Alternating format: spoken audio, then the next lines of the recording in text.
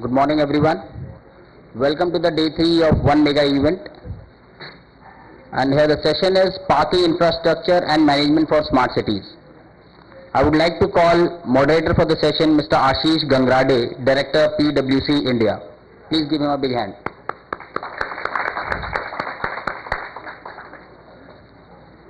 And for the CEO speak, I would like to call Mr. Ian Cordingly, Managing Director PCM UK.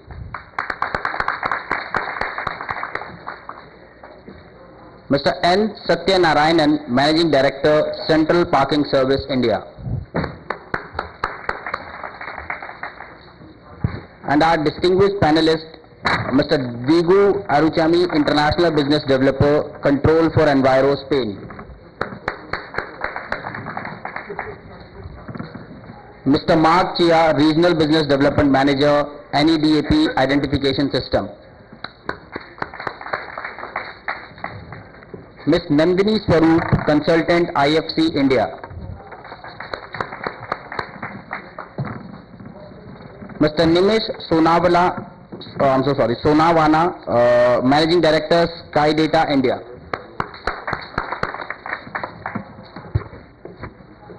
Mr. Nicolas, Sohier, Vice President Business Development, Parkeon, France.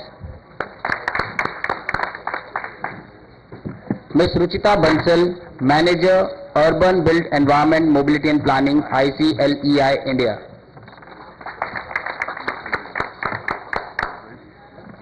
Ms. Sarika Bhatt, WRI, India. Mr. Wilfred H. Menezes, CEO, Omnitec Group, UAE.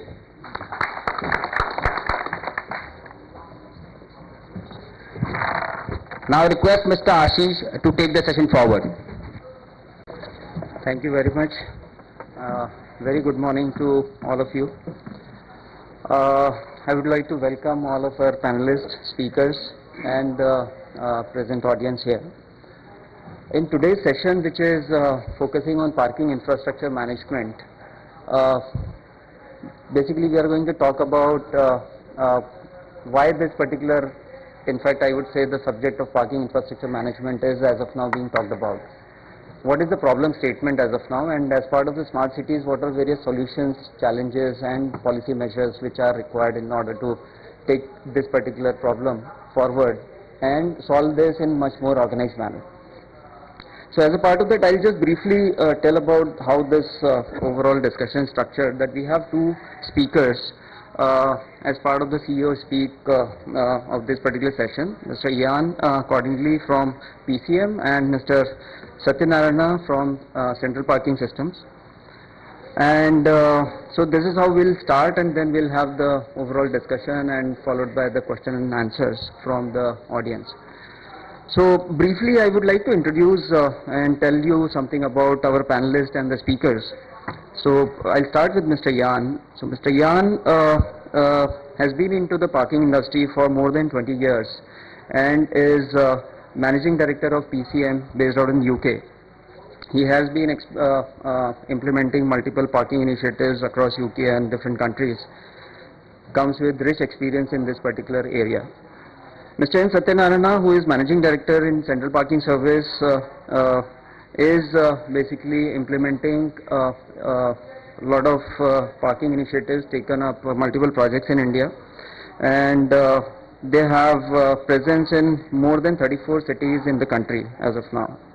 Mr. Digu, who is International Business Developer in Control for Environmental Spain, is coming with the urban sustainability background and having a master's degree from Autonomous University of Barcelona, and focusing on the video surveillance, video analytics solutions which can help in the parking management. Mr. Marc, who is the Regional Business Development Manager, NEDAP Identification Systems, is looking after the Asia for Security and Smart Parking Solutions. Ms. Nandini Swarup, who is consultant at IFC, is Transportation and Urban Specialist Consultant with Public-Private Partnership, Transaction Advisory Service of IFC, and working on multiple advisory assignments to look after PPP transactions and help the Government of India in taking up those initiatives. Mr. Nimish is the Managing Director, Skidata India, and is the Managing Director of Hinditron Group of Companies, and leads multiple assignments across India as well as in other countries. Mr. Nicolas Sohier, who is Vice President Business Development, Parkeon, France, is again into the parking infrastructure and ICT-enabled solutions for parking infrastructure management. Ms. Ruchita Bansal, who is Manager Urban for ICLEI India, is primarily into building environmental mobility and planning initiatives. Ms. Sarika Bhatt from WRI India is primarily into the cities and transport and looks up after multiple assignments and help in coming out with various studies and parking initiatives. Mr. Wilfred is the CEO of Omnitec Group and has worked on multiple large airports, malls, stadium, public parking initiatives, and is one of the panel members. So with this background of all our panel members, I would like to first invite Mr. Cordingly to speak about his views on this particular session. So Ian, we have 10 minutes for you, so we'll keep that particular thing and I would like to welcome you for this particular session.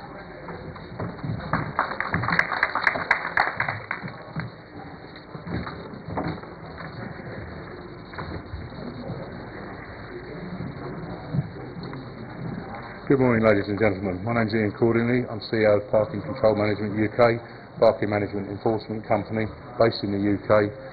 I've over 25 years experience within the parking industry. After visiting India some years ago, it was obvious that urgent and updated forms of traffic and parking management were desperately needed. So I decided to set out my stall and open Smart City Parking India Private Limited. Unfortunately, here I am 5 years later, still trying to persuade the decision makers that this is the case. Because as with parking and traffic, it's not a self-fixed type of problem.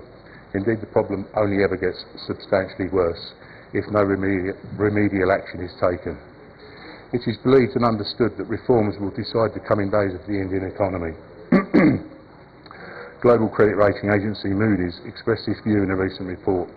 It said that the government's capacity to implement reforms and policy effectiveness will decide the economy's rating going forwards. The view sounds logical, and I think the government, instead of seeing future success as a guaranteed, must focus on continuing the reform path to ensure growth. So how about a reform to keep India moving? Urban transport problems are perverse the world over. While education and healthcare improves as societies grow wealthier, transport problems always worsen. Poor transport conditions can thwart a company's economic developments efforts and pose a serious threat to substantial growth of its urban areas. Indian cities are now more than ever facing severe congestion, drastic levels of deteriorating air quality, energy insecurity, and increasing incidence of road traffic accidents. With the urban population projected to double in the next generation, the situation will worsen substantially unless profound and unpopular remedial measures are introduced as soon as possible. There are over 70 million cars in India on any one normal working day. 40% of road space is used for parking rather than the movement of traffic. That equates to some 75 billion trips by car each year, and bearing in mind every trip starts from and ends in a parking space, it is easy to see the demand for parking is only ever going to increase. It should be noted that demand for destination parking by convenience is far greater than that of the place where the vehicle is parked at residence. Can India afford this congestion and the luxury of affording space to cars for their idle hours? The absence of navigability has already pushed Indian cities to the bottom of the Mercer's annual Most Livable Cities Index. And even if the noxious fumes are turning cities into gas chambers are ignored, the spaces that parking consumes cannot be overlooked. It can be seen by visiting any Indian city that parking needs strict regulation. Cars have taken to parking on paved areas, pushing the pedestrians into the road. thus further congesting and slowing down traffic movement, not to mention the danger to pedestrians. There is significant anecdotal evidence, opinion and speculation over the relationship between car parking provisions and town centre prosperity.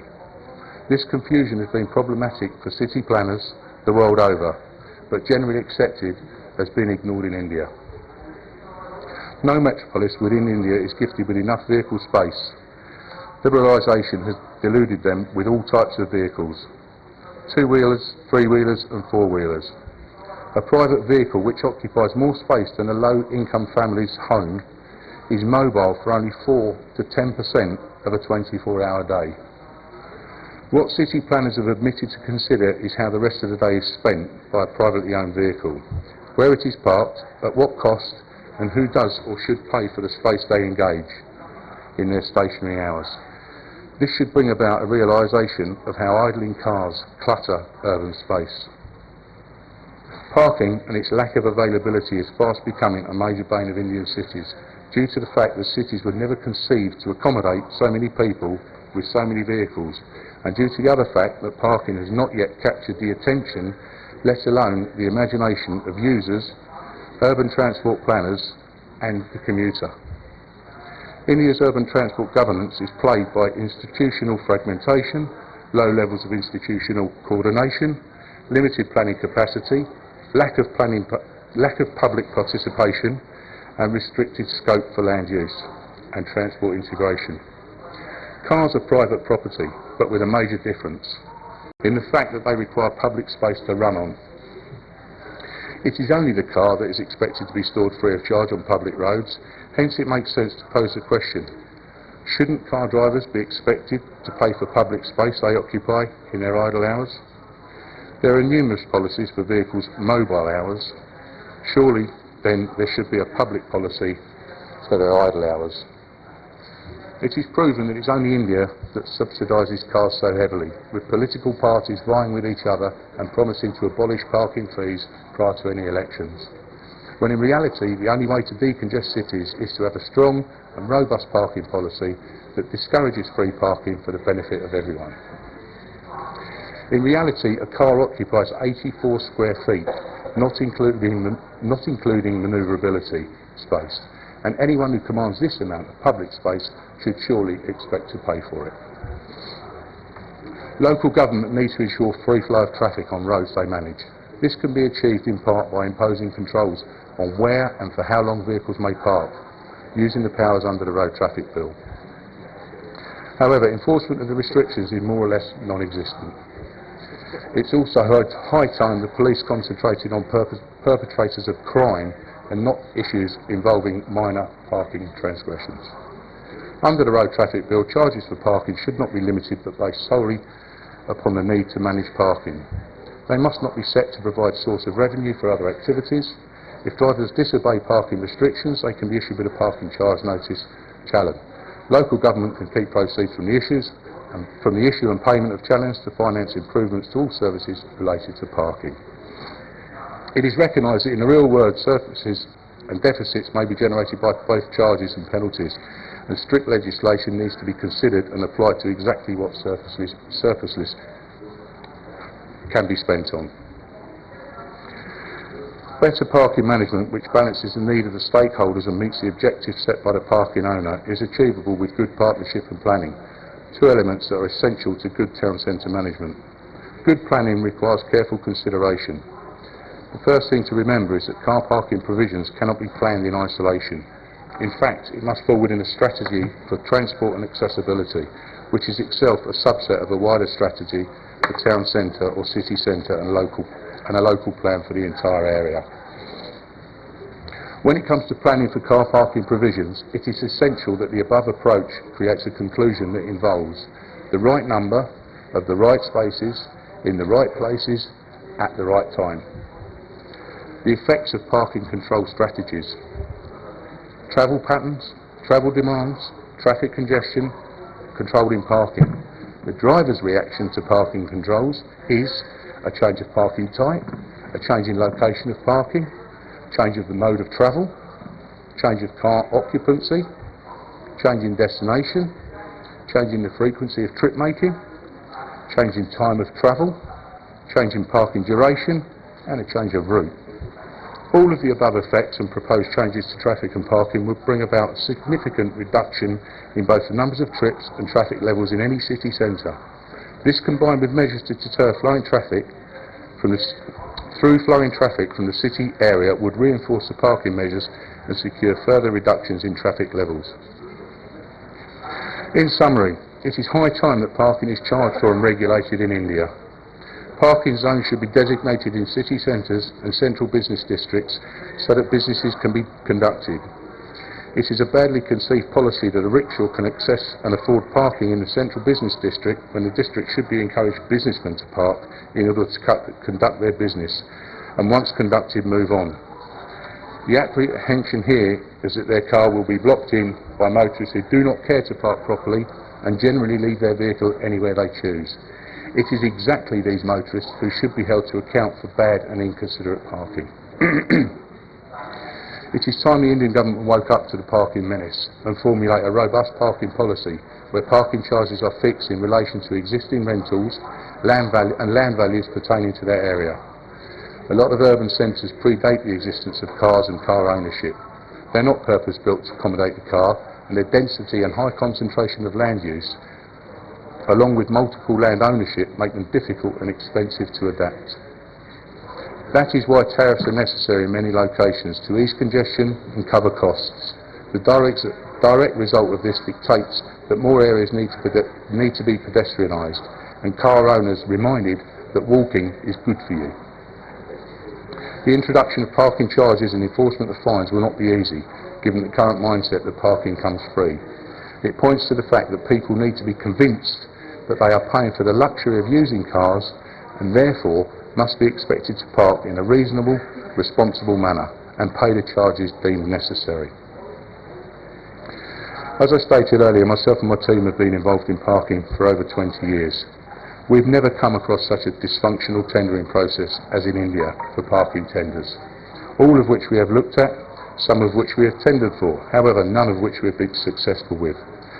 I have my own assumptions in relation to these, but also have absolute certainty that none of these tenders are worth the paper they're written on. It would seem tenders are a compilation of a limited amount of research combined with no knowledge or experience of how to run a workable parking management programme, and the fear of the operator pocketing all of the proceeds and never paying dues to the corporation, hence leaving them with no option other than to re-tender the parking tender again and increase the monthly levy in an attempt to regain previous losses.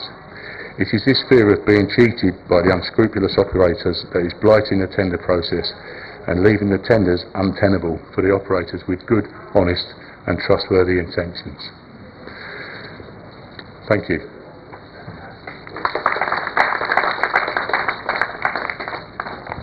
Thank you, Ian, for sharing your views on what are the key challenges and how this thing needs to be implemented as far as various cities in India are concerned.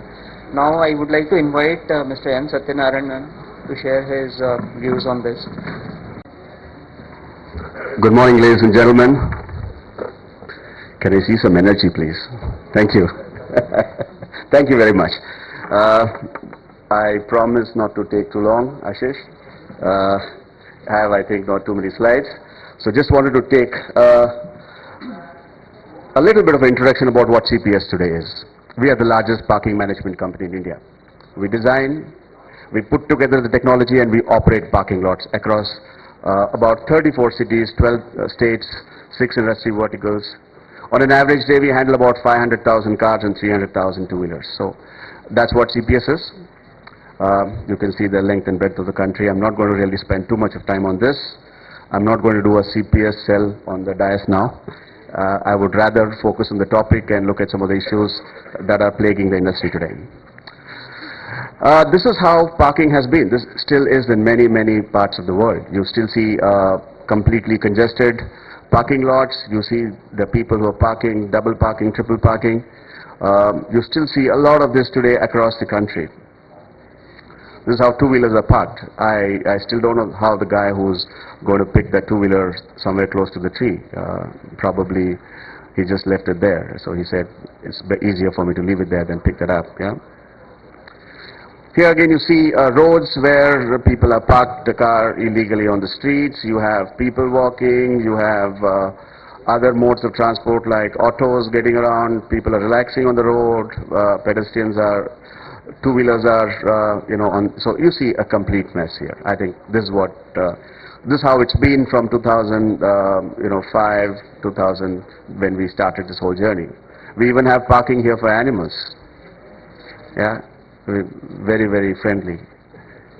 I think if you look at the state of the market, the whole industry has been very disorganized. Pilferage is something which has been part of the industry because we always heard the word called parking mafia, right? That was because we didn't have the technology to control cash. This is the cash business. And if you do not have the technology, the other best thing that you have is muscle power. So that's how people use muscle power to control cash, and that's how parking mafia came about across the country. And then this was a passive facility, you can see that, and so that's really how the whole industry has gone about it. And I'm showing you some images of transition, how parking facilities today are looking across. Obviously I'm showing you pictures of parking facilities as CPS managers. There are many examples. These are pictures that I could lay my hand on. You see much more organized in terms of design, in terms of technology. There's a clear parking guidance system. Yeah. They're friendly people on the parking lots, and then of course there's a lot of technology that is getting into the parking guidance system, auto-pay stations and all of that. Yeah. So I think that's really the journey that has happened over the last 10 years. Most of the journey over the last 10 years has been on off-street parking. I think what we are seeing today is a journey of on-street parking, which is just beginning, and I think that's a very exciting journey ahead. So if you look at some of the drivers, today India has about 58 cities with a million population, plus about 104 cities with 500,000 population. This is probably bigger than many of the European cities. Yeah, some of the largest European cities are smaller than some of the smallest Indian cities, tier 4, tier 5 cities. I think there is a rapid urbanization that's happening. I think that's why our Prime Minister Modi ji recognized that smart city is the way to go as far as cities are concerned. You see a rising per capita income, strong growth in vehicular populations. Even though we still have a strong growth in vehicular populations, probably the numbers that we have in India is a little over a country like Belgium. Yeah. So that's really the story. The slide below shows you in terms of parking tariff. I'm going to come back to this later. Even if you compare it to countries like Brazil, which is a developing country, which charges about €2 equivalent. For a 2-hour period, we still charge about 20-30 euro cents. So I think that's really the challenge. I think, I'm not really going to talk too much on smart mobility. You've all been bombarded about smart cities, smart mobility all the days. You're on the third day. I'm just going to be kind to all of you and not talk about smart mobility and smart cities. I think we really look at issues that are, in front of us as an industry. Again, if you look at, statistics, we've seen statistics like people search, take about 20 minutes to search for a car and, a whole lot of things like that. So I'm not really going to talk about it. I think the opportunity is large today. I think this is a $1 billion opportunity today in India. Yeah. But I think the challenge today, which is what Ian was trying to say, is that 97% of this business is unorganized. So he was talking of unscrupulous operators. He was talking of many such nice words. I think that's really what you're talking about. I think that's really the industry that we're talking about. Today, 3% of the industry is organized, right? So this conversion has to happen from unorganized to organized. The 97% has to change, and that's why I think, my esteemed panel members on this, on the dais, I think they're all people who are going to contribute significantly to change this entire industry. I think that's really what we're talking about. Now, when we look at some of the key challenges, I think the parking tariff is very, very low. Across, if you compare them across the globe, I showed you a slide sometime back. Even compared to countries like China, we're not really talking of Europe and certain parts of some of the big cities in the US, but I think the parking tariffs are very, very low. So this discourages optimum use of parking spaces. I think this is one of the key challenges that we find in the industry today. This also makes some of the financial models not viable, because if you need to give a good parking, if you need to do a good smart parking in a city, obviously that costs money, and the money has to come from the parking tariffs, the parking fees that you collect from the citizens, and that somehow is not a very viable situation at this point in time. The second challenge that we find is in terms of parking enforcement. It's good, it's nice to make a beautiful parking lot, the best of the technology, nice looking machines, nice signages, but if you're not going to have parking enforcement, people are not going to come and park, because parking is about habit, it's about behavior, it's about the way that people park, right? So I think that's going to be a big, big challenge. The third thing which we are going to be talking about is cars versus two-wheeler. Yeah, so I think this is something that we all don't recognize many times.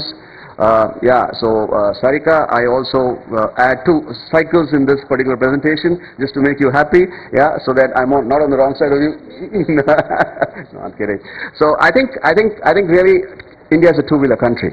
If you look at some of the statistics, if you look at a city like Bangalore has, I think, about 70 lakh vehicles across the city. In that, what you have is about 8 lakh cars, and the rest, I think you have about 40 lakh two-wheelers. I mean, this is really the ratio that we're talking about. You can take cities like Pune, you can take cities like Bhopal. I mean, I think, the ratio between cars and two-wheelers is completely disproportionate. We are a two-wheeler country aspiring to be a four-wheeler country. The challenge is many of the municipal norms do not recognize this. So when you go to build a building in the country, you can have a couple of cities which are exceptions. The requirement there is of a car park. Hey, listen, we are a two-wheeler country. So where are we talking about two-wheelers? I think so that's a big, big anomaly that, that has to change. The mindset has to change in terms of some of the ULBs, municipalities. I think that's something that we need to really look at. So these are some of the 3 challenges that come to my mind, in terms of the way the industry has to grow. I mean, this again, there's a lot of technology that can be used. There's a best-of-class technology that can be put across parking lots, on-street, off-street, IoT devices, gateways, servers. I mean, this is a subject by itself. We can run a presentation for the next 3 hours, but I'm not really going to do that because I have a limited 10-minute slot. So I think these are a couple of things that I wanted to leave behind with you all. Thank you very much.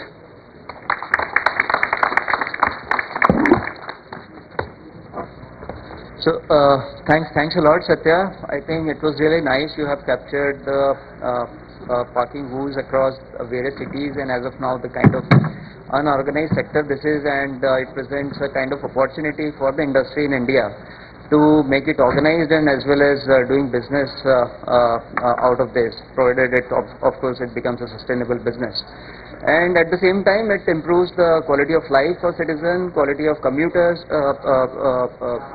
quality of commute, transportation, and a lot of benefits it provides. So now, while we have actually heard from the speakers on various issues, various challenges, and the kind of opportunity which exists in India, now I think let us deliberate on how this particular challenges can be taken forward for solutions. What are different solutions which can actually help this? So to start with, probably I would like to have, so how should we go about this? Probably we can have a kind of a discussion on this. So how I would like to structure this is, probably we'll talk about the important solutions. As of now, a lot of solutions which are available in the industry from the technology standpoint. And all of the panel members are representing one or other companies who are reputed companies implementing the parking solutions, technology solutions. So probably my question to the panel is basically to talk a little bit or explain a little bit more about various technologies which are available, and in present scenario in India, what are the technologies which can be low-hanging fruits which can be implemented. So maybe we can start from anybody else. Thank you, Ashish. Good that you started from me.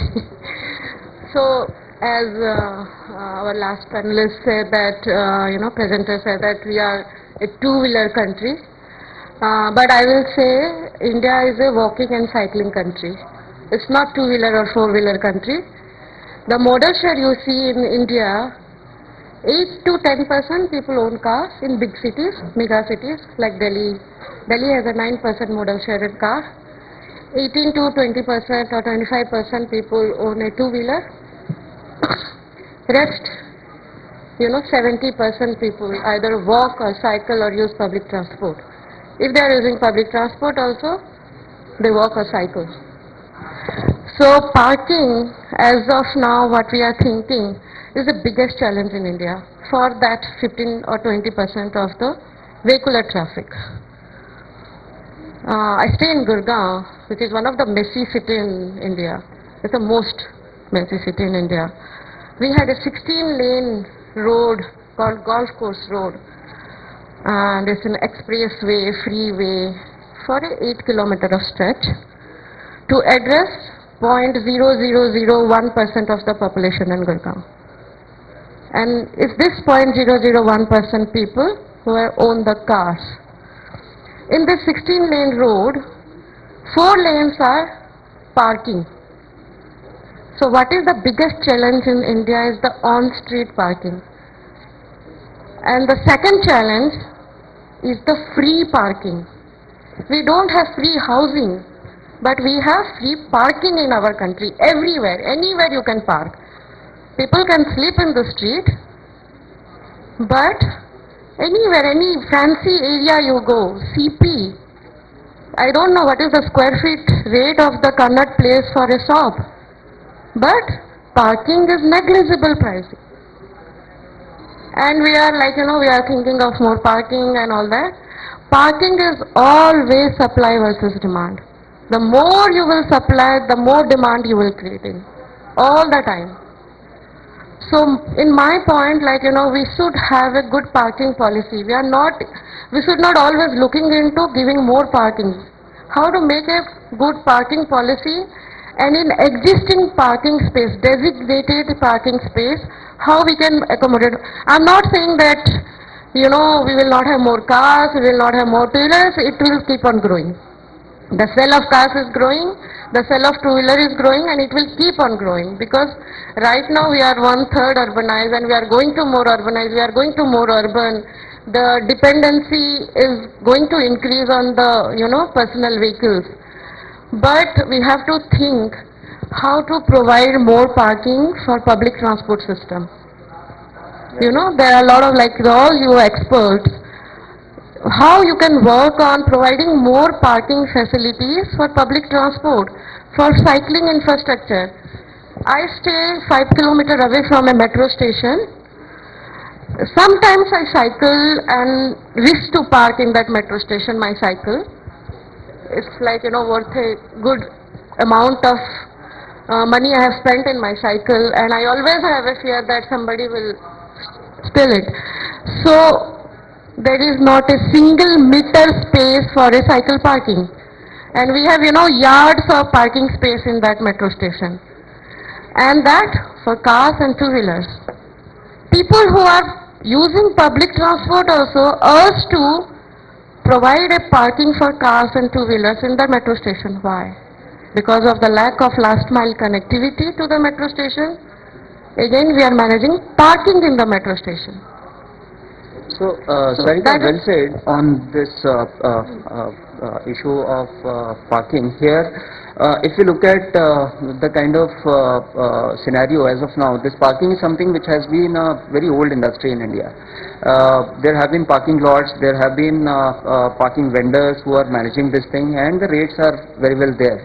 Now, what we are talking about as of now is that from the overall organized management of this parking and making it available as and when required, how the technology improvements and how the infrastructure improvements can help, or what are those interventions which can be required or which are required in order to make it more available and more sustainable. So probably if maybe you can. Thanks, Ashish. I think we are at a very we're at a very strange place as far as parking is concerned. Like you mentioned, parking is a very old industry and we've been parking forever now, but we obviously, facing this chaotic situation where parking is creating a lot of urban congestion. I fully agree with the presentations that were made. Around half to two-thirds also at places of our roads are lost to parking, and that completely, let alone urban transportation, which should really be our main focus as Sarika mentioned, let alone that even the two-wheelers and cars don't have space to move on the road, right? So this not just creates a congestion problem, it's also a huge safety problem. A lot of times this parking is free, which is obviously not sustainable financially.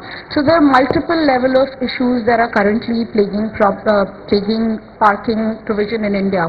So I think what we really need to do is, of course, start at a much larger level. Like Sarika mentioned, we should be looking at a policy intervention wherein our key ideology should really be to promote urban transportation in the long run. We have to look at a very large perspective. We have to look at the entire population of the city and not just car users when we plan parking or any other kind of urban infrastructure. And that is where we are going to bring our smartness into provision of infrastructure. The second thing is what kind of parking we are providing. So, moving from the traditional model of providing on-street parking, which is usually free, we have to move to off-street facilities.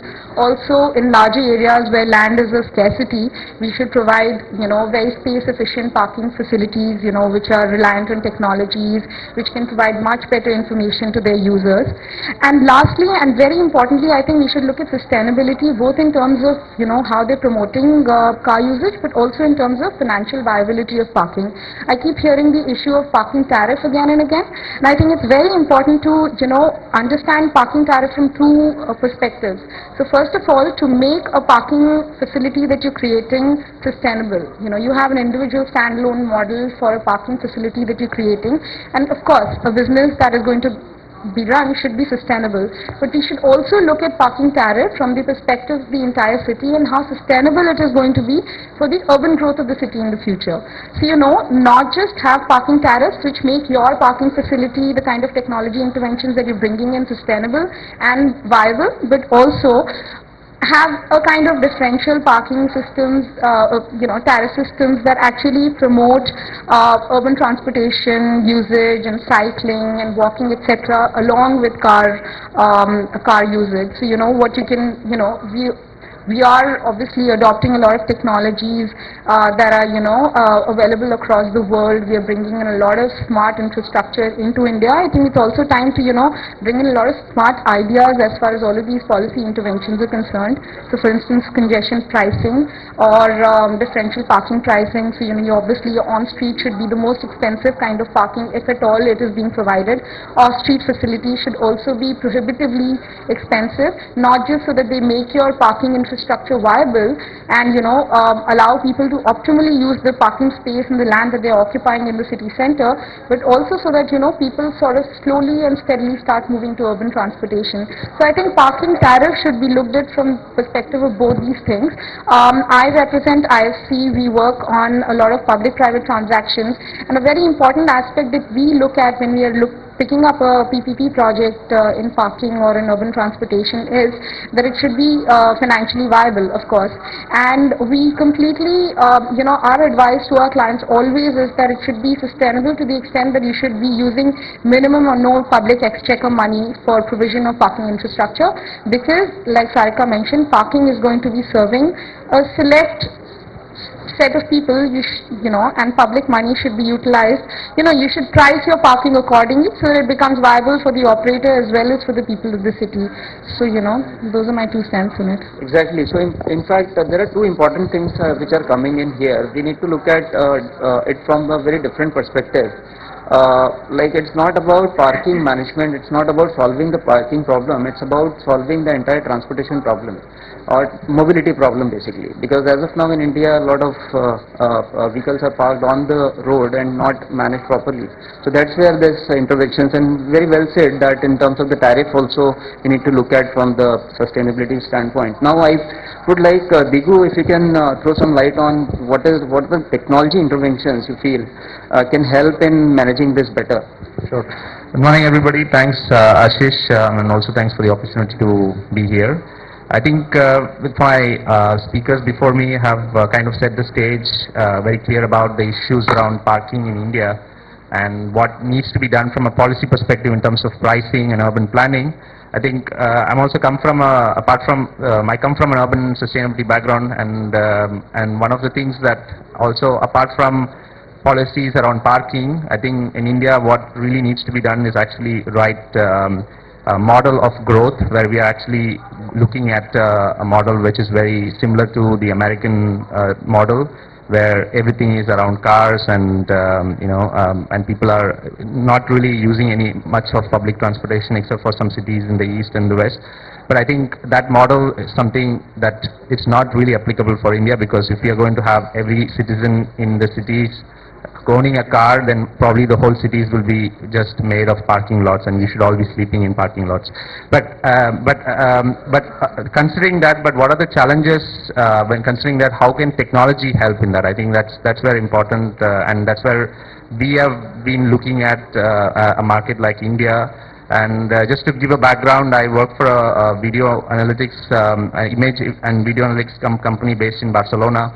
And our experience with working in projects in Barcelona and some parts of Europe have really helped us, from the context of, from the European cities context, and to develop solutions that can be customized and used for things like in India. For example, in India, you can have great parking laws, you can have great planning laws, but I think in India what always works is like you need to have a carrot and stick approach. You need to have right amount of enforcement, and how do we, and so we are kind of working on a solution to help authorities to actually enforce these parking laws when those rules are coming in. So what we have done is using existing surveillance cameras, how do we know available parking places, and also identify cars who are actually parking for a longer time and without paying their parking fees, or if they are parked for a much longer time they are supposed to be. And how do you identify cars? But again, using surveillance cameras, because surveillance cameras have become kind of a universal presence in most cities in India. So apart from providing security for purposes, how do you use them for example, on-street parking solutions? So I think that's where we have looked at. But again, the challenge in India is the non-standardization of number plates. And right now, that's a challenge that we have taken up to work around. How do you, identify and recognize license plate when it is so information when it is so non-standardized. And so we are working to get that when we are able to automatically recognize license plate information and actually track cars based on the registration year, what kind of car it is, and the way automatic enforcement in terms of whether they have to pay a higher tax considering whether it's an SUV or an electric car, all around that, and also in terms of ensuring that they pay the right amount of price. If they don't pay it, how do you create a parking ticket and enforce all of that? So I think this technology has to really go hand in hand with respect to regulations in India, and considering the scale of parking infrastructure and the number of cars and bikes that we are managing in India. I think technology is the key to manage with big data and analytics, and I think that's the way forward. It has to be, they have to go in parallel. Thank you. Again, another different perspective which is coming in, that how we can leverage the technology. Again, from the city surveillance initiatives or CCTV cameras, another use of that city surveillance cameras can be done to identify the parking lots, and probably a system which can be an integrated system put together to inform the citizen about, or inform the centralized system about available parking lots in a physical manner. At the same time, it can also be used for probably identifying the missing vehicles by working on that ANPR cameras at the parking lots and all those kind of things. So the next thing is probably in terms of the enforcement. So probably that is something which I heard from Ian on his views on the enforcement, parking enforcement, and how that can be done with the use of technology, or any other thoughts which you might want to put in. Thank you. Parking needs to be upscaled in India. There is no training, there is no standard, there is no body. There's a parking or a road traffic bill. That's not going to affect parking. It needs a body that get involved with the tender process, with every single process, and it needs upscaling. The traffic wardens, parking attendants, mafia, they need training. They need upscaling so that they are respected, so that people actually do take notice of them, don't just say, I'll do what I want to do. No, so you won't do what you want to do. You have to abide by the parking rules and regulations here, otherwise you're going to be jammed and your vehicle's going to be removed. The whole of the parking industry must be upscaled. If it's not, new technology, no technology will make any difference in India. It needs to be upscaled. There needs to be a body in charge of the parking, and they need to advise the government. Today has been brilliant. You know, we're sat here talking about what we can do with the parking industry. And that needs to be encouraged and continued. It doesn't just need to be a yearly happening, it needs to be weekly, monthly. Thank you. Thank you, thanks a lot, Ian. So now basically if we can talk about little more on the technology interventions, what are various type of technology and different use cases, maybe if you can throw some light on how it will help in different manners. And what is the ease of availability of parking, how the technology enables that, if you can explain that to the audience, I think that would be. I think in terms of technology, there's a lot that can be done. I think what technology brings is transparency. It brings information to the citizens of the city. It brings about ways in which a citizen can pay for parking. Once you have a paid parking on street and off street, you have a very simple way of paying for parking. All this while the municipality knows what's exactly happening in the parking lots, whether it's on street, off street, what's the usage, how much money is collected, how many times the area has been utilized. There can be different zones. So as a city today, they do not understand what's happening in the parking lots, and technology can bring that transparency in the way that parking lots are operated. So broadly, you can have technologies for on-street, off-street. You can have technology for parking guidance. So you could be, driving, and you have a board which tells you how many parking spaces are available. So I think technology can bring a big change in the way the citizens are using their city, the parking in the city. Also, I think there is a lot of congestion today in the cities because people are trying to drive around, look for parking space. So I think that's going to be one big change, because information is available to them on tap. It can be an app, or it can be a large a variable guidance system which is kind of telling you where parking spaces are available. So I think that's going to make a big change in the way technology is coming about. I think the way that India is getting about with respect to some of the smart city parking, we probably will be also leapfrogging a couple of things that have happened in certain other parts of the world. For example, Europe, Japan, many other countries, US. I think a lot of latest technology is getting into India, and I think we're going to be probably a generation ahead in some of the aspects, just like what we see in telecom. So that's one quick view on that. Yeah. Maybe some other views on the overall technology or any solutions if you want to. Okay.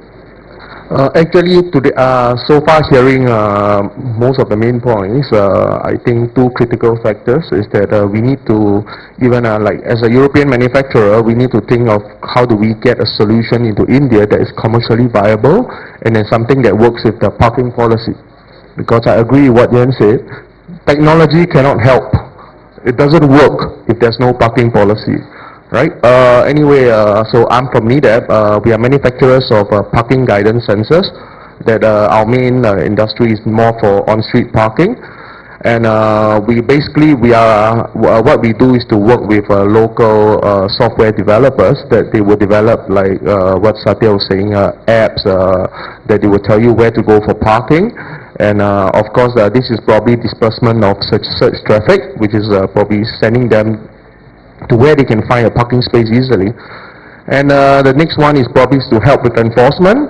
to help with the tariff collections, and so these are the main target that we are looking at. Of course, our biggest challenge now in India is still to have the solution really commercially viable for all the stakeholders, whether it's for the cities, the operators, and of course, most importantly, the users. Someone must be willing to pick up the tab. It's important, right? Okay. So, once again, in fact, because the technology requires a lot of investment from be it mobile app, be it geofencing, be it CCTV camera, be it smart card, be it any other intervention. And at the end of the day, it is basically to ease out the citizens' benefit and mobility.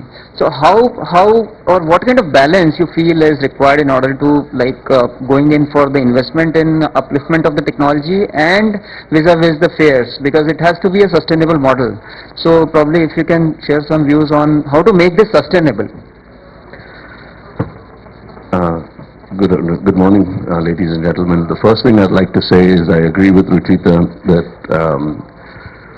we need to first focus on the country as a whole, where your requirement of this country is for the general public and the general masses and the largest sector of the population, and that is not the ones who are using the cars or the motorcycles. Those who use cars and motorcycles are using a luxury product in India, which is not a necessity product in India, and our public sector or public transportation infrastructure which exists in India is relatively good compared to many other Western nations as well as other developed nations.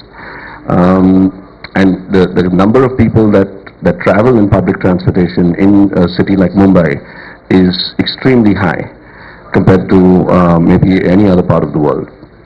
When you look at that, we do, I represent right now a company called Skidata, which is the world's largest parking infrastructure company. We're doing not only parking for cars, but we're doing also parking for bicycles in countries like Holland. And yes, I do agree that that needs to be addressed in a country like India. That being said, if we look at what has happened with the housing policy in India over the last so many years, it was a lot like what's happening in parking. It was free for all. People could go and stay when they wanted, squat where they wanted, and eventually kind of own that place over a period of time. Things have changed over a period of time there. It's still better than what it used to be. There's still a long way to go. But I think we need to realize that it's very similar in parking. People take ownership of a piece of property or park there and think that it should be free and it should be available to them just because maybe they're tax-paying citizens. But in essence, they're using a luxury product which they should be paying premium rates for to ensure that the public transportation or shared services, services like Ola and Uber are great services, and they should be even available for three-wheelers and two-wheelers to ensure that we can have the vehicular access to number of people at a reasonable price, which today does not happen. And because of which, if it's not available, people will either look to buy a second-hand vehicle to ensure that they can move from one place to the other with the kind of either a motorcycle or a car, and because of which you are having the problems that you are with in terms of parking. Now, enforcement of parking, I think Ian touched upon that earlier, is key to ensure that the cars which are on the street and stationary vehicles need to be pushed out. With the availability of shared vehicles, I think you have the ability to minimize the number of cars which are available on the street, and so that people can use those kind of cars and be shuttled around throughout the city in an urban infrastructure where you might not be able to build a metro through the city, and underground situation, especially in a country like a city like Mumbai, is not even possible. So when you have those kind of challenges, unless you have shared services and the technology which is used to to avail of those kind of services is a must in India. The technology is not only about parking, and even though that's where we play today, and we are the largest player even in India, it's still not where the focus should be. It should be about taking the technology, use the technology to ensure that the common man can use that technology in the best possible way. And that's when you will solve even the parking problem in India.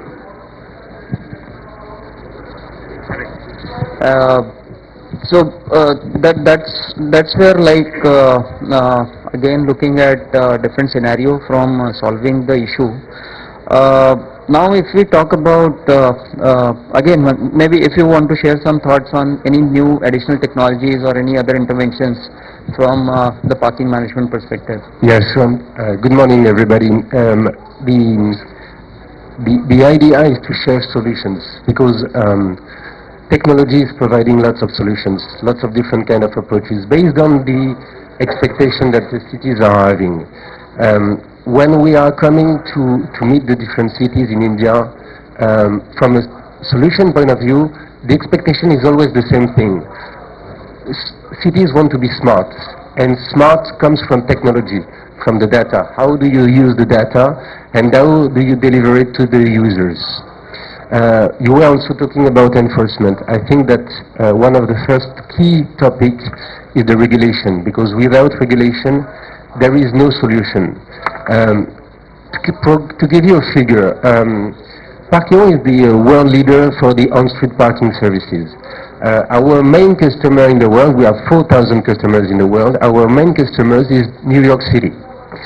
New York City, we have 15,000 meters in the city. This represents a revenue for the city without enforcement of $200 million. With enforcement, the revenue that is generated for the city is $750 million. So you can see that without regulation, without enforcement, you do not deliver the proper services. So coming to solutions, all the expectations are not the same. You were talking about the issue about public transport and parking. In Toronto, Canada, we have provided a park and ride services, which means that for commuters, they come by car to the station, they take a ticket to pay the parking, and with this ticket, they can go to the public transport. And then they even have 1 hour free. This is what kind of solution that can be provided. In Madrid, Spain, the issue was congestion. And in India, I guess congestion is a real issue. We have provided solution to force the rotation, to improve the rotation of the drivers, to help the city center to be less congested. And this has provided lots of good benefits for that. In Sacramento, California, we have provided an app because Sacramento has built up a major sports center in the city for 80,000 people to come and see the different match or the different events. And there are 3 events per week. So you can imagine in the city center having such a stadium, the issue that can be represented. So we have provided an app that is helping people to find a parking spot, a parking bay, whether we are talking about on-street, off-street, whether people are living in the city center or they are living in the suburbs. So from a technology perspective, there are lots of solutions. And from a company like Parkeon, we have a worldwide experience that can be provided to India. So my purpose is, all of us from the technology perspective, we have the solution, and it has been customized to the local market. We have the technology to answer all the issues that the market is presenting, and the issue that you presented, Satya, are the correct one, and we are fully right with that. From technology perspective, again, we have the solutions, we have the experience, we have the worldwide experience on that, and I think we can answer all those needs. Yeah, hi. Good morning, everyone. I'm actually not from a technology solution background. I'm more from, I work with NGOs, so I guess my views are going to be very different here. I feel technology and sustainability are actually, it's a very vast subject. In Indian cities, technology can't provide sustainable solutions, especially when it comes to parking. Because the problem with Indian cities is we actually don't have any data. If you pick up the 60 smart cities, which have won in the first 3 rounds, if you look at the parking solutions that they are looking, they're just coming up with multi-level parking structures. But actually that's not a solution, because you're not looking at, the problem what is there on the on-street parking. If we even pick up, the best examples from Delhi, because Delhi and Bangalore have come up with parking pricing and parking policy and everything. But I guess we can't say that this Indian cities don't have policies. We have Central Motor Vehicle Act, which has been talking about that parking is not free. You can't park on footpaths, because if you park, so you have to pay some fine. Again, then we have National Urban Transport Policy, which does give a guidance to the whole country that you need to have a parking policy. Again, when the JNRM program, which was launched between 2005 to 2012, around most of the cities were supposed to come up with parking policy as a reform. But again, these are just like as a document which are just, out as a reform, because they want money from the central government. So you have a document which is at a place. But the problem is that cities do not know how to use those documents, how to implement those visions. I'll just give example, like a city like Kolkata, they had a very great comprehensive mobility plan. So vision talked about that, you need to look at sustainability, you need to promote, public transport, you need to reduce vehicle dependency. But ultimately the projects which were listed were around 10 to 12 flyovers. So where is the vision? And that is even the problem with Delhi decongestion plan. You start with air pollution, you start with road accidents, and again PWD is basically proposing around 20 more flyovers. So there is a reason why there is a demand of 4-wheelers and 2-wheelers, because we have a very poorly managed public transport system. And if you want to solve the problem of parking, that can only be solved if you come up with the park and ride systems, you come up with last mile connectivity, which is very important, because we have now metro, because Delhi is basically that first city which came up with a very successful metro system. But the irony is that you have a very nicely designed metro stations and everything, and when you come out, you see parking only for 2-wheelers and 4-wheelers. You don't even have parking for unorganized paratransit systems, that's auto rickshaws, e-rickshaws or any other systems. There is no connectivity, with the feeder services also. So the problem with, there is a lot of, it really cannot be solved with the technology itself, because to even develop a technology, you need some data, you need some background.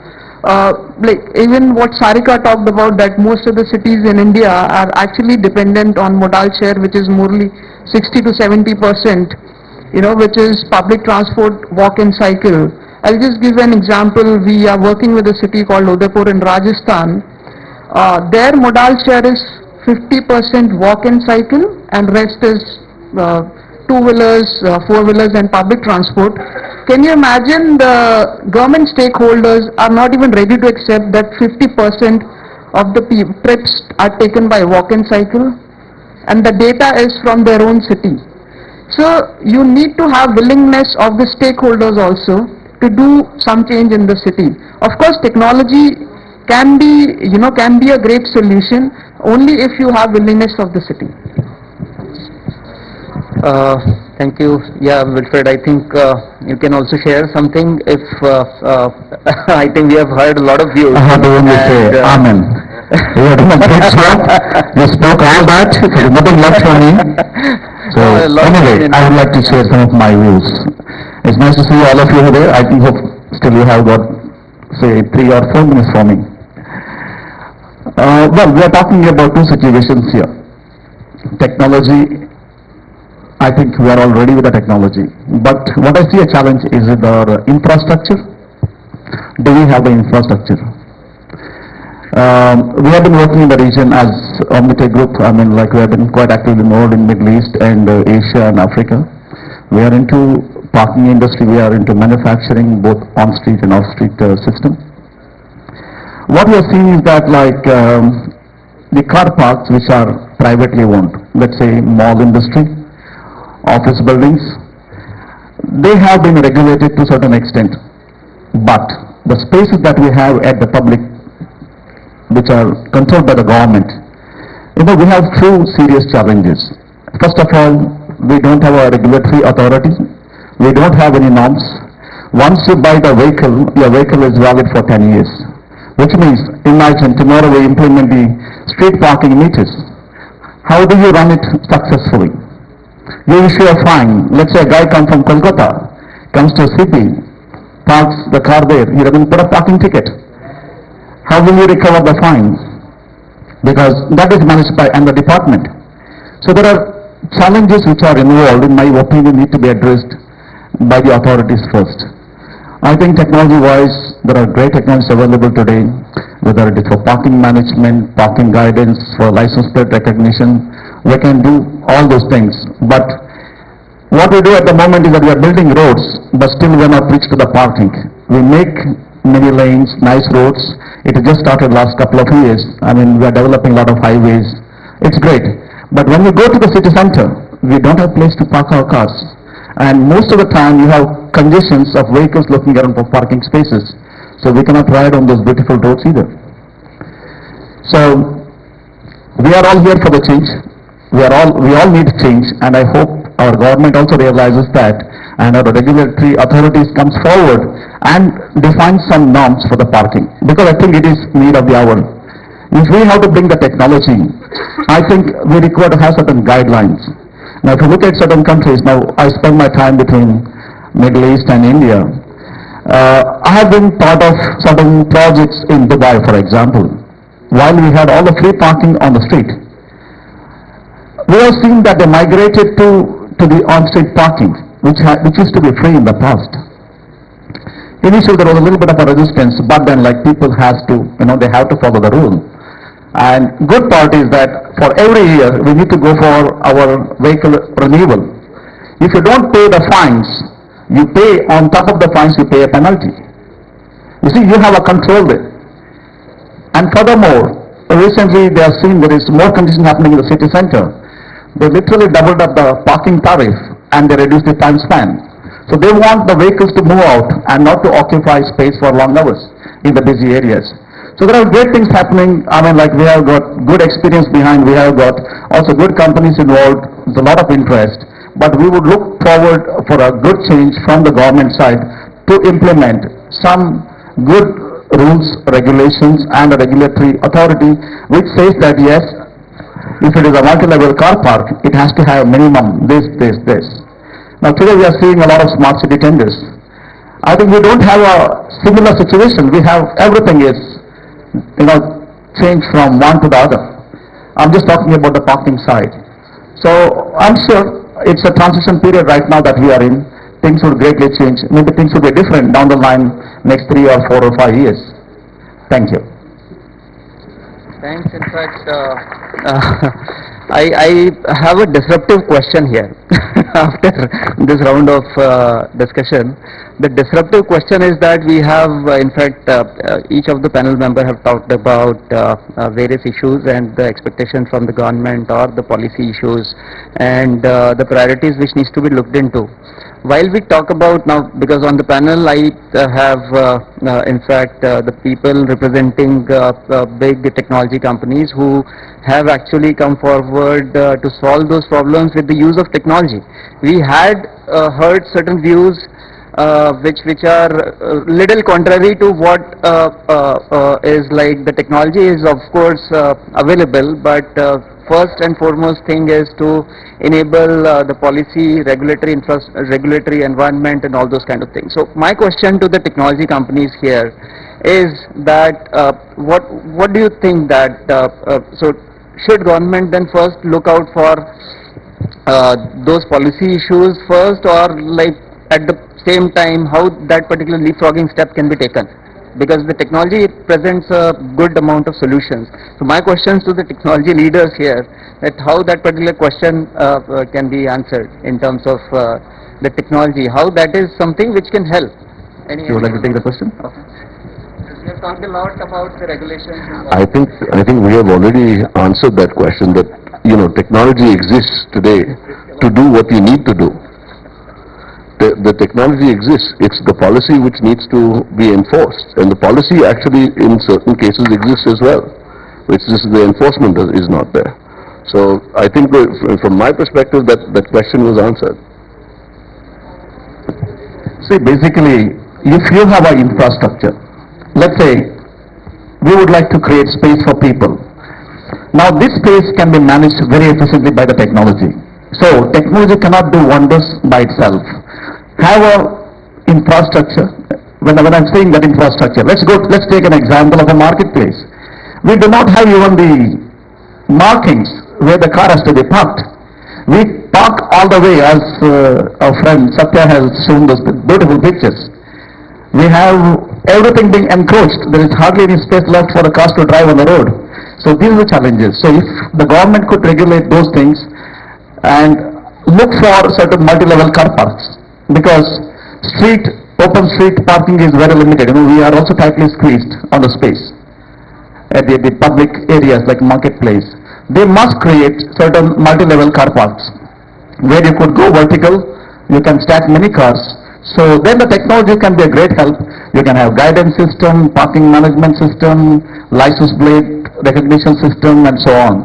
So that can greatly help to the people, but main thing is that we require to have infrastructure and certain guidelines. I think this would be great in my opinion.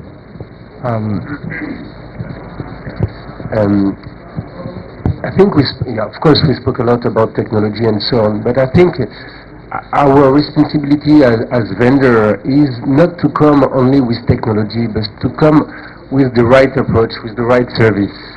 And just selling products is one thing, but this is not the answer. Selling technology is not the answer. Our responsibility is to come and deliver a service, and part of the service is the enforcement. And we all know that we are working on a PPP model, and part of this model is the enforcement. So we have to deliver the technology, we have to deliver the service, and we have to deliver to provide the enforcement, not only from the technology standpoint, but also from the service standpoint.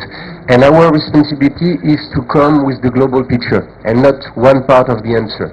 And I think that the main answer, because if you provide the complete service, of course you need to have the regulation, but if you come with the service approach, then you give part of the answer. I'd like just to add to the point about our policymakers don't, for the case of Udaipur, when you were saying that when policymakers don't really believe the data that you have.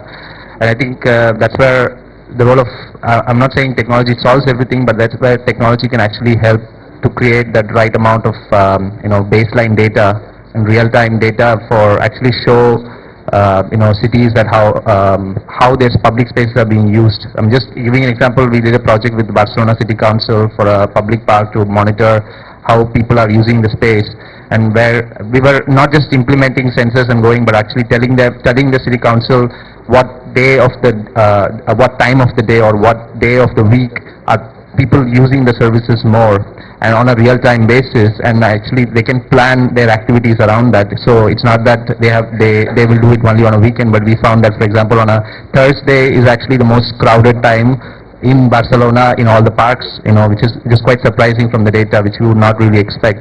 So same thing, I think, just to start with a baseline, even to create a baseline, I think we have good technologies, and combined with good right approach to accept that solutions from the policymakers, and I think that's where we should go, combining technology with policy decisions.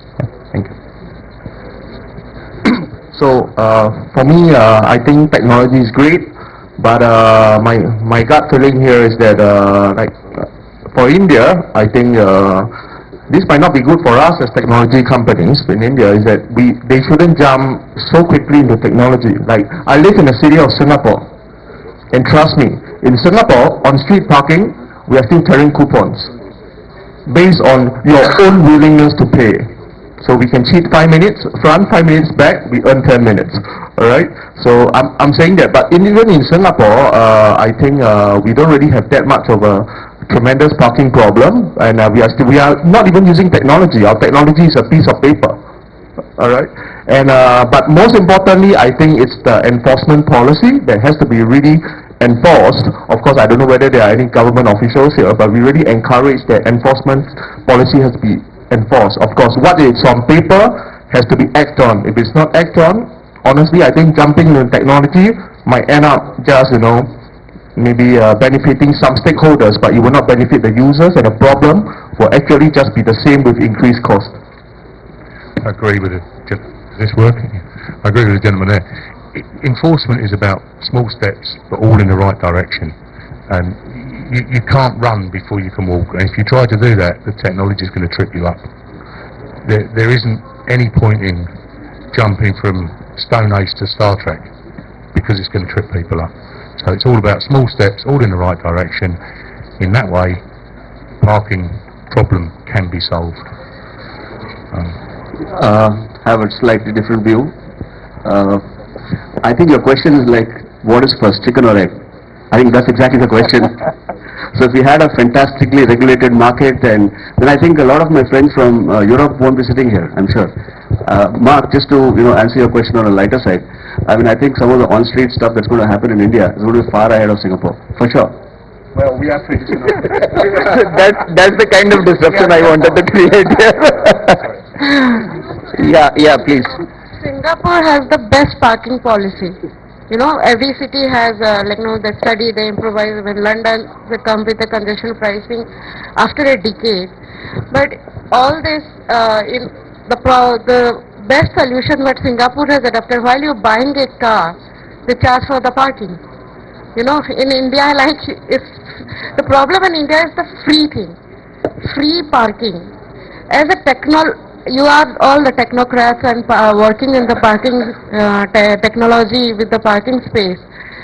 One biggest solution that India is looking forward is how to upset this free parking space in India.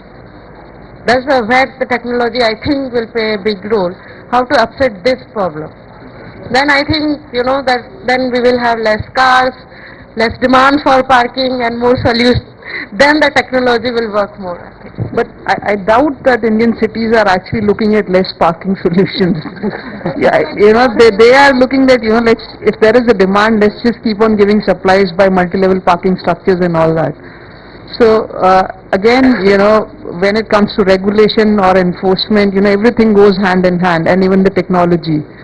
So, if you want something to work, everything has to go hand in hand, because we can't have only regulation and then no technology and then no enforcement. So that's what my idea is. Absolutely. In fact, it's all about managing the existing parking infrastructure and creating new parking infrastructure. Because the number of vehicles are increasing, the parking demand increasing. So this is how actually we need to look at the problem, and that's where the solutions will. I guess it's more about regulation. I think it's also,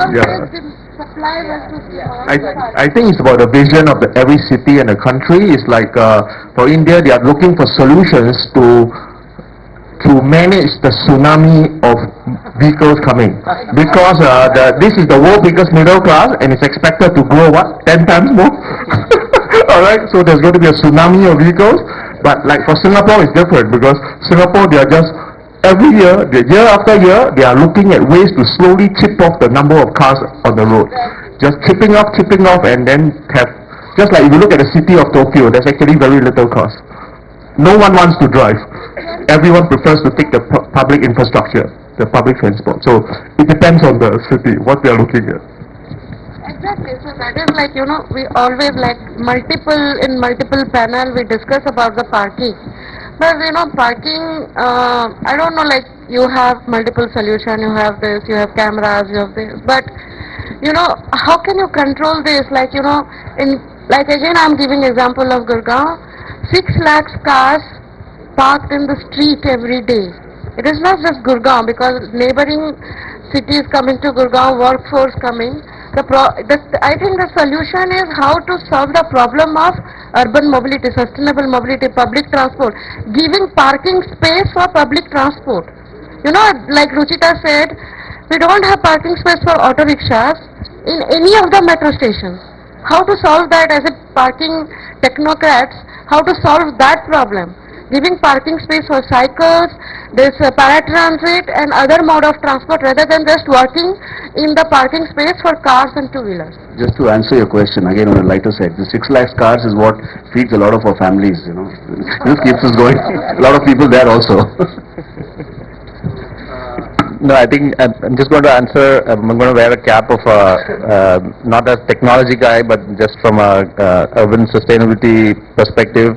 It's just that India, I think India is a growing country and the aspirations are different, like in where I've lived in Barcelona for 3 years, and I really see where the idea of owning a car is not really considered as a privilege or prestige or social prestige, whereas in India it still is. And that mindset has to change, and that will take time. But in the meantime, you know, as you're saying, with the regular enforcements and parking regulations, that's where we have to change and also look at technology. But I think as long as we solve parking problem is not we cannot really solve parking problem if you just look at parking. But essentially, parking is actually the end result of bad urban planning and mobility planning. I think that's where we need to focus first. In parallelly, we look at parking, because I'm sure that even if everybody in the city is going to own a car, you can have all the parking consultants, parking companies in the world, and we won't be having enough spaces to build parking, or we cannot really solve it. So it has to work, you know, parallelly in terms of a right policy, in terms of urban planning, and technology, and combine it. So it has to be a multidisciplinary. In fact, I got a signal that our time is up. So in fact, just can we have 1 or 2 questions from the audience? Okay, I think maximum 2 questions, because we have already exceeded time. Yes, good day to you. In the 60s and 70s, one major lap forward was when they moved the competence of enforcement from the police to the municipality of the different cities. They should focus on the parking violations, and the police should focus on traffic violations, because the police is already having a work overload. Even in India today, I don't think they have a very big focus on parking violations. When do you foresee that will happen? Because I think that's one of the major keys to make a big step forward when it comes to regulating enforcement, and they can concentrate on traffic violations and not parking, which they don't do anyway. And then it's up to the municipality to choose if they give out that service to a third party and let them do it in a proper way. And I want also to ask you about the technology, because the technology we provide, firstly of all, it generates money for the municipality, and it's also seamless, because that way it gets a complete transparency, and no money goes, you know, the risk for human error is almost eliminated. And then the third question is, how do you get consent of the people where you introduce this system? In Asia, in some cases, the PPP model then gave money to the municipality and for social projects. So they financed a couple of school buildings, and that way you also get the consent of the local people where the system is introduced. So please, if you have some comments on those questions. Can I just comment on that? The introduction of enforcement will not only improve parking, but will create thousands and thousands of jobs. So the sooner the government wake up to that and do something about it and allow enforcement on the road and take it away from the police, the quicker the menace of parking will be cleared up. Just 2 parts to the question. One is that I think for the last 3 days we have heard a lot about a lot of places where government policies, which is becoming the bottleneck for a lot of solutions. So what is the reason you think that the government is not acting on these things? Is it because the number of people who are there to make policies are lesser, and the number of problems that India faces is high, and parking does not come in the Pareto list of first 80% solves? Is that one problem why people are not focusing on parking right now? Second, till the time public policies of parking are not there, why are private organizations not acting on it? Why do new corporate places have parking halls inside their offices? Why do we not move towards shuttle services for our employees and reduce cars in general on the streets? And why are we all waiting for this public policy to come and then we start acting on these things? I think very valid questions. I think, in terms of priorities, cities are recognizing that traffic is a big issue.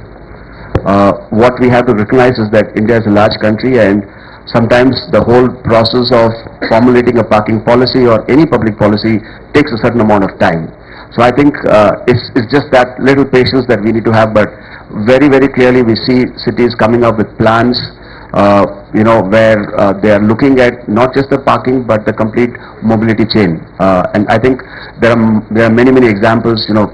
We've run out of time, so it can be offline. But I think clearly cities are up there. They understand mobility is the issue, traffic is the issue, congestion is the issue, and clearly they're working on it. I mean, there are many, many examples. I think what I would like to just interpret what the panelists have been trying to say is that I think a much more holistic solution, which impacts some of the financial viability of the project. I think that's really the context that people have been talking about, not really saying that cities are sleeping over everything. No, that's not the case.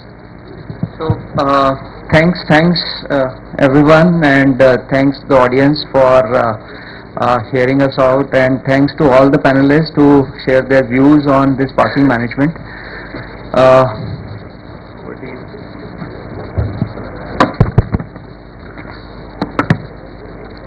Thank you very much, panelists. It was a great session. Now I would like to request Mr. Ashish Gangrade to felicitate the other speaker panelists. I would like to call upon Mr. Cordingly, Managing Director, PCM, to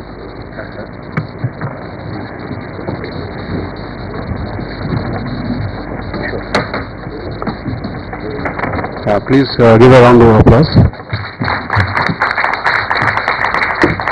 Mr. Sathyanarayanan, Managing Director, Center Parking Service. Mr. Digu, Aruchamy, International Business Development from Spain. Mr. Marc, Regional Business Manager. Ms. Nandini Swarup, Consultant IFC. Mr. Nimish, Sonawala, Managing Director, Skidata. Mr. Nicolas, Vice President, Business Development, Parkeon. Ms. Ruchita, Bansal, Manager, Urban Built Environment, Mobility and Planning. Ms. Sarika, Bhatt, WRI, India.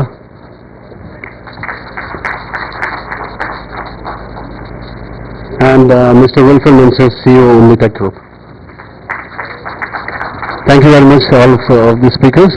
Now I would like to felicitate Mr. Ashish Gangrade from my side, from EI Group.